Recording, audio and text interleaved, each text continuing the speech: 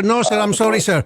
I'm sorry. I don't salute the PNP. In fact, I saw it na nagamit ng PNP yung kanilang tungkulin para paboran yung isang tao na lumapit sa kanila. I did salute the PNP. Sasaludo po ako, sir, kung yung... Sir, sorry po. Sasaludo po sana ako, sir, kung yung hinuli nila, binaranda nila sa media, ay kidnapper, bank robber, rape with homicide, yung ba mga malalaking kasalanan. Wag naman po yung unjust vexation kasi po ang nabasa lang unjust vexation lang eh. 'Di ba? Kung yung mga karumal-dumal na krimen, yung nag-chop-chop ng tao na marami po dito 'yan. Almost every month meron kami chinap-chop, binarder, nilagay sa maleta. Bakit yun hindi po pinapalabas yung mukha ng mga suspect? Bakit yung mga suspect nung mahuli hindi po pinapreskon? Meron dito, 'di ba, yung nilagay sa maleta yung babae nung magkaibigan.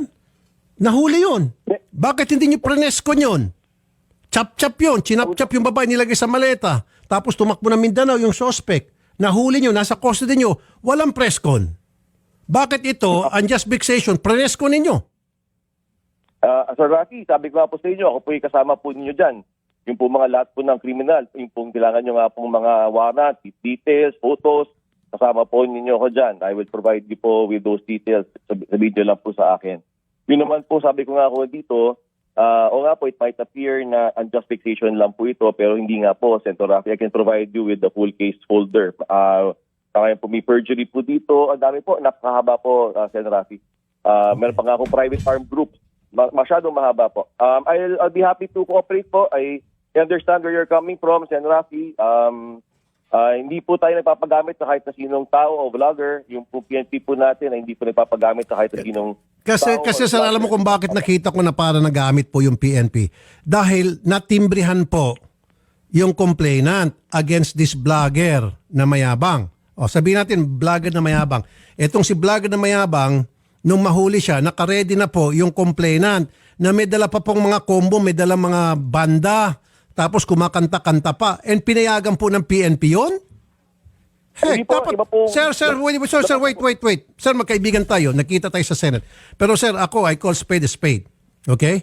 I don't fucking care kung makakaaway kung dati kong kaibigan dahil lamang po sa prinsipyo ko. Ang prinsipyo ko po, sir, kung ano yung patas, patas lang.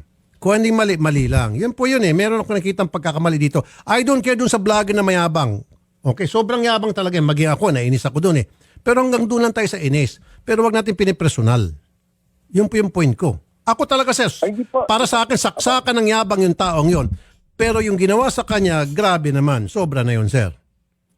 We acknowledge your comments po, Senator Rafi. That's point well taken. Point well taken. Wag na po maulit yun, sir. You tell the PNP, wag na maulit yun, sir.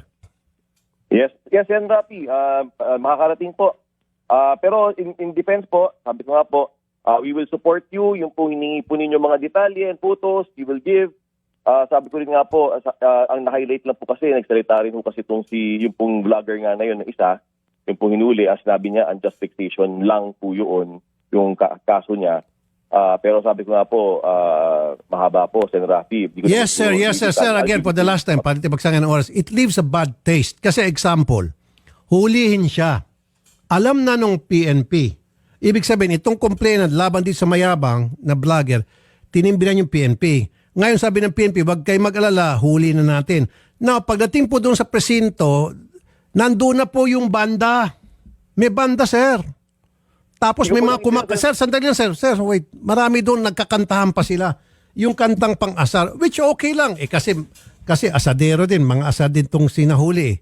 Kung tutusin, walang pakialam kasi nang asar ka ngayon, inaasar ka naman. Pero wag sana sa level na pati yung PNP, the PNP will stoop down to the level of this guy na sobrang yabang kaya nahuli. Yun po yung point ko.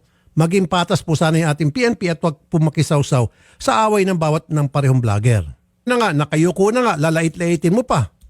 O grabe naman. And then pinapayagan po ng PNP.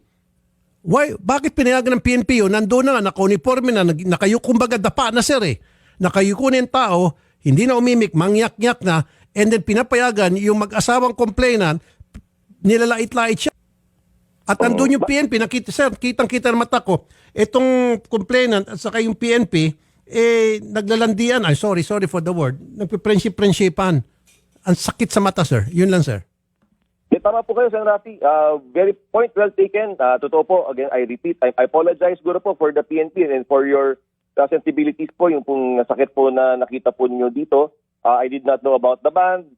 Yung pong isang vlogger naman po na isa na nagsalita, totoo lang, out of place po yun. I understand, and that is also wrong. We will make the proper correction, Sen. Rafi, at makaasa po kayo na patuloy po natin i-improve ang ating serbisyo po sa taong bayan po, Sen. Rafi. Thank you, sir. Na po. Tama po kayo. Thank you. Yan lang po. Commissioner Rafael Vicente Calinisan, Vice Chairperson, Executive Officer ng Napolco. Maraming salamat po sa time na binigyan nyo sa amin. Magandang hapon po, sir. Opo, mabuhay po kayo, Sen. Rafi. Idol po. Maraming salamat. Thank you.